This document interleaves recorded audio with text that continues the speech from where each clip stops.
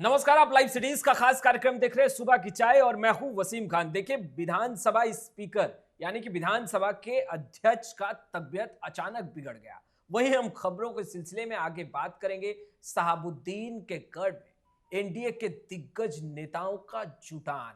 वहीं खबरों के सिलसिले में बात करेंगे बिहार सरकार में मंत्री संतोष सुमन जीतन राम मांझी के बचाव में उतर चुके हैं, बड़ा बयान दे दिया है। वहीं खबरों के सिलसिले में हम बात करने जा रहे हैं सीपीआई-एमएल का तेजस्वी यादव को दो टूक सीटों को लेकर कह दिया है साफ साफ, कब मिली तो पछताना पड़ेगा। वहीं आगे हम बात करेंगे खबरों के सिलसिले में, बड़ी खबर देंगे कि नीतीश कुमार रुकने को तैयार नहीं है, तेजस्वी भी पूरी तैयारी में है। हमारे साथ फ्रेम में आपको रवि उपाध्याय सर दिख रहे होंगे, वरिष्ठ पत्रकार हैं और बिहार के सियासत के हर रंग को जानते हैं।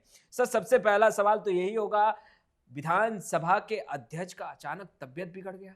देखिए, राजधानी पटना में आप देख रहे होंगे कि जो है सो पीठासीन पदाधिकारियों का 2 दिवसीय सम्मेलन चल रहा है। तो 20 और 21 आज अंतिम दिन है। हाँ। तो बीते दिन राजस्थान विधानसभा के अध्यक्ष वासुदेव देवनानी की तबीयत अचानक खराब हो गई जब सम्मेलन यहाँ पर विधानसभा में चल रहा था। तो उसके बाद पटना में उनकी चिकित्सकीय जांच हुई, उनके स्वास्थ्य का जांच किया गया। उसके बाद उन्हें यहाँ से राजस्थान भेजा गया। वहाँ पर बेहतर इलाज के लिए, राजस्थान के हैं तो राजस्थान में भेजा गया। लेकिन यहाँ पर पूरी मुकम्मल व्यवस्था बिहार सरकार की ओर से भी की गई थी। लेकिन बावजूद उसके देखिए उनको यहाँ से ले जाया गया। तो यह एक 2 दिवसीय और आज अंतिम दिन है।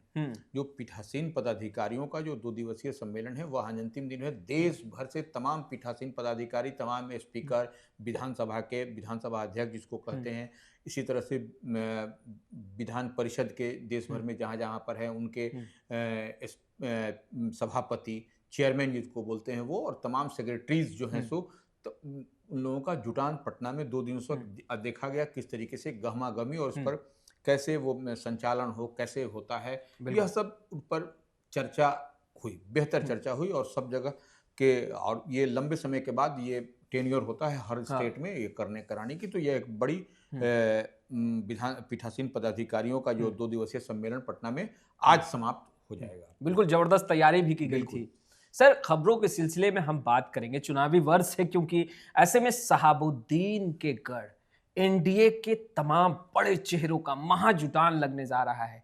आखिर रणनीति क्या है? देखिए, निश्चित रूप से आप देखिए कि आज जो है सो 21 जनवरी है। बिल्कुल। और 21 जनवरी को सिवान में तमाम एनडीए के जितने भी घटक दल हैं, भारतीय जनता पार्टी कह लीजिए, लोक जनशक्ति पार्टी जो रामविलास है उसके, हिंदुस्तानी आवाम मोर्चा जो जीतन राम मांझी की पार्टी है, राष्ट्रीय लोक मोर्चा जो उपेंद्र कुशवाहा की पार्टी है, जनता दल यूनाइटेड, तमाम जो भी अलायंस पार्टनर हैं उनके दिग्गज नेता जो अध्यक्ष हैं, प्रदेश अध्यक्ष हैं, तमाम लोग आज वहाँ पे सिवान के गांधी मैदान में एनडीए की जो संयुक्त सब जगह मीटिंग हो रही है, मीटिंग सिटिंग, वो यह जो आगाज हुआ है बीते दिन आप देख रहे हैं, तो वह उसी क्रम में आज सिवान के गांधी मैदान में, जो आप कहीं से ये समझ लीजिए कि वह शहाबुद्दीन, मरहूम शहाबुद्दीन का सिवान उनके नाम से जाना जाता था, उन्हीं के गढ़ में आज हुंकार भरते हुए तमाम प्रदेश अध्यक्ष आपको दिखाई पड़ेंगे।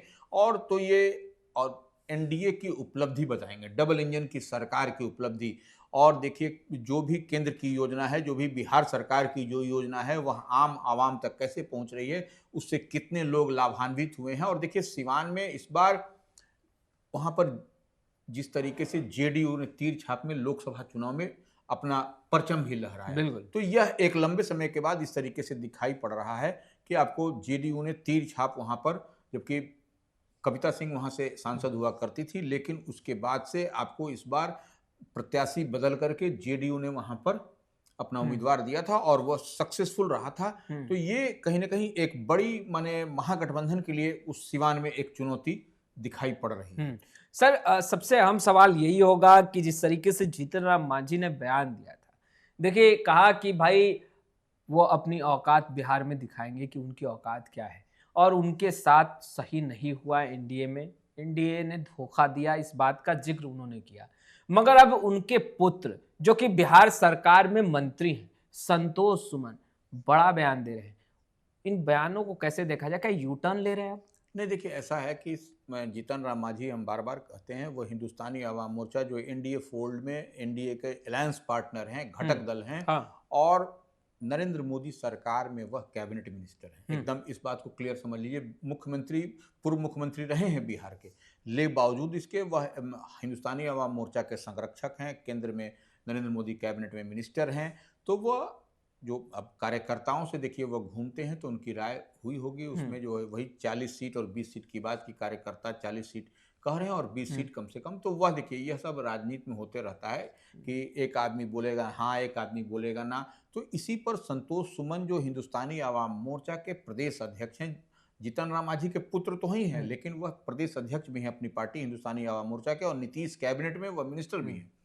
तो इस लिहाज से उन्होंने कहा है कि इनके पिताश्री जो जीतन राम मांझी, उनकी बातों को तोड़ मरोड़ करके पेश किया जा रहा है। तो देखिए अब यह तो अब कहने की बात है, देखिए इस तरह से राजनीति होती भी है, लोग कहते भी हैं, हो सकता है कि वह, लेकिन जो पब्लिक डोमेन में जो बात है वही आदमी मीडिया दिखाता भी है। ऐसा कुछ नहीं है कि वह उनकी बात जीतन राम मांझी ने बीते दिन ऐसी बात कही होगी तभी जो है मीडिया में इस तरह की बात।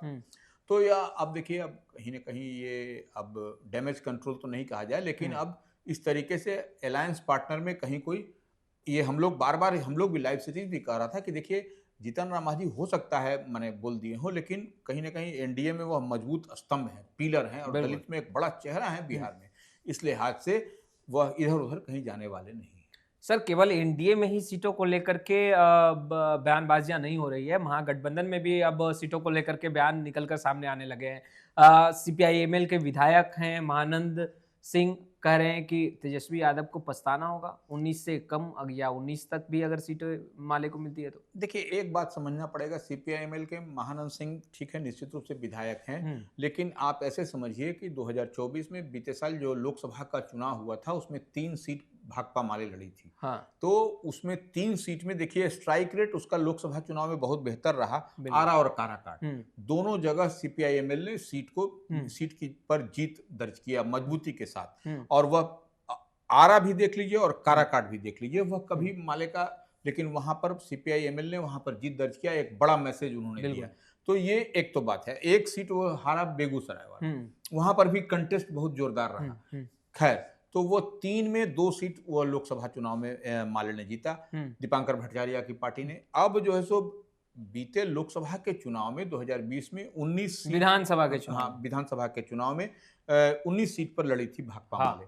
तो भाकपा माले उसमें से अब इसका कहना है कि हमको 19 सीट से 19 में 12 पे जीत मिली। हाँ, तो वो हमको 12 पर हम जीते हैं, तो हमको जो है सो ये इतनी सीट ज्यादा चाहिए, इससे कम नहीं चाहिए। बिल्कुल, क्योंकि हमारा स्ट्राइक रेट बेहतर है। अब निश्चित रूप से स्ट्राइक रेट आप लोकसभा का देखिए या विधानसभा का देखिए, माले का बेहतर है। तो ये सिर्फ फुटबॉल है महागठबंधन है, इसमें कहीं कोई दो मत नहीं। और अभी और एंट्री होने वाली है, अभी और एंट्री होने वाली है। पशुपति कुमार पारस भी आ रहे हैं। हाँ, निश्चित रूप से। तो यह सीट किस तरीके से होगा, और कांग्रेस भी जो सो 70 सीट पर पिछली बार लड़ी थी विधानसभा के चुनाव में, तो उसका भी डिमांड उसी तरह से होगा। अब देखने वाली बात है कि विकासशील इंसान पार्टी मुकेश सहनी को कितनी सीट। तो यह सब कहीं ना कहीं आपको महागठबंधन एनडीए में भी जिस तरीके से खींचतान है, या महागठबंधन में भी खींचतान है, अब इन लोगों के लिए परेशानी का सबब होगा कि सीट एडजस्टमेंट, सीट को लेकर के। और देखिए जो महानंद सिंह है भाकपा माले के विधायक, वह निश्चित रूप से कह रहे हैं जो उनकी बात में भी दम है। बिल्कुल, ऐसा नहीं है कि उनकी बात को आउटराइट जो है सो महागठबंधन के नेता तेजस्वी यादव ठुकरा देंगे। पर सवाल यह है कि राजद या कांग्रेस, ये 2 बड़ी पार्टियां हैं बिहार में महागठबंधन के अंदर, क्या कंप्रोमाइज करेंगी? देखिए, तो आप देखिए अब 19 में 12 सीट जैसे माले जीता विधानसभा के चुनाव में, तो स्ट्राइक रेट तो उसका बढ़िया रहा। अब कांग्रेस को देखिए 70 सीट मिला, लेकिन कितनी पर वो सिमट के रह गई। बिल्कुल, तो ये सबसे बड़ी बात है। आरजेडी भी देखेगी, सीपीआई-एमएल भी देखेगा, सब लोग अपने अपने, देखिए कुछ तो सेक्रीफाइस करना पड़ेगा।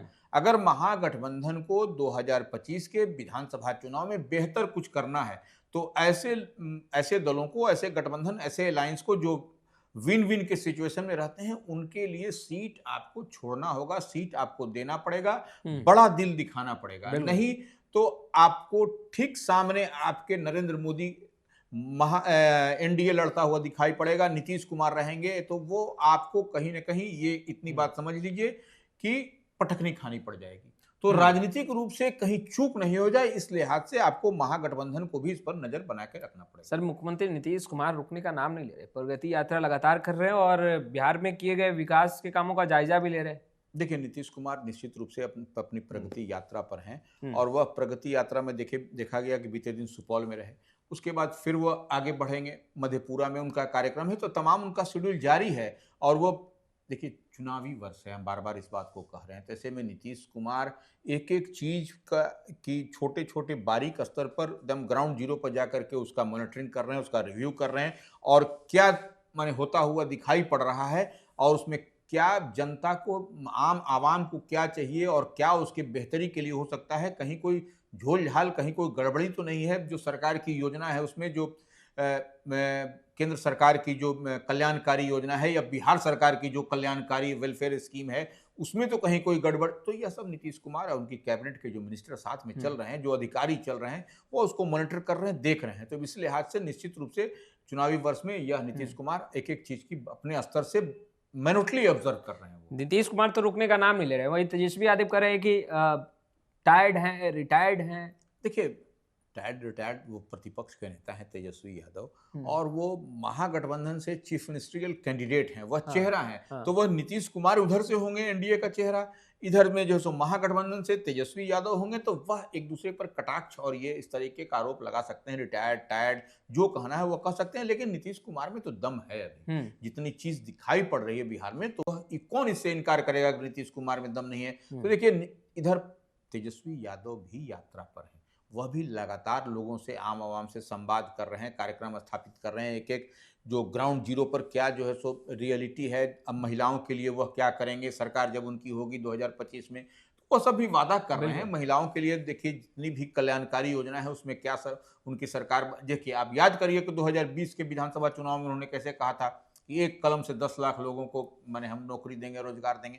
तो यह तेजस्वी यादव भी घूम रहे हैं, और देखिए सिर्फ घूम ही नहीं है, एक एक चीज को वह बारीकी के साथ तेजस्वी यादव मॉनिटर कर रहे हैं, और उनके लोग भी लगे हुए हैं। तेजस्वी के तमाम जो थिंक टैंक हैं वह भी लगे हुए हैं, ग्राउंड जीरो से लेकर के राजधानी पटना तक। तो यह देखने वाली बात होगी कि लड़ाई और टसन तो बना हुआ है एनडीए और महागठबंधन में। अब या बाजी कौन मारता है, या तो जनता तय करेगी चुनाव के समय में। बिल्कुल, बाजी कौन मारता है वो जनता तय करेगी, मगर सियासत गर्म है और तमाम तस्वीरें लगातार हम अपडेट भी कर रहे हैं।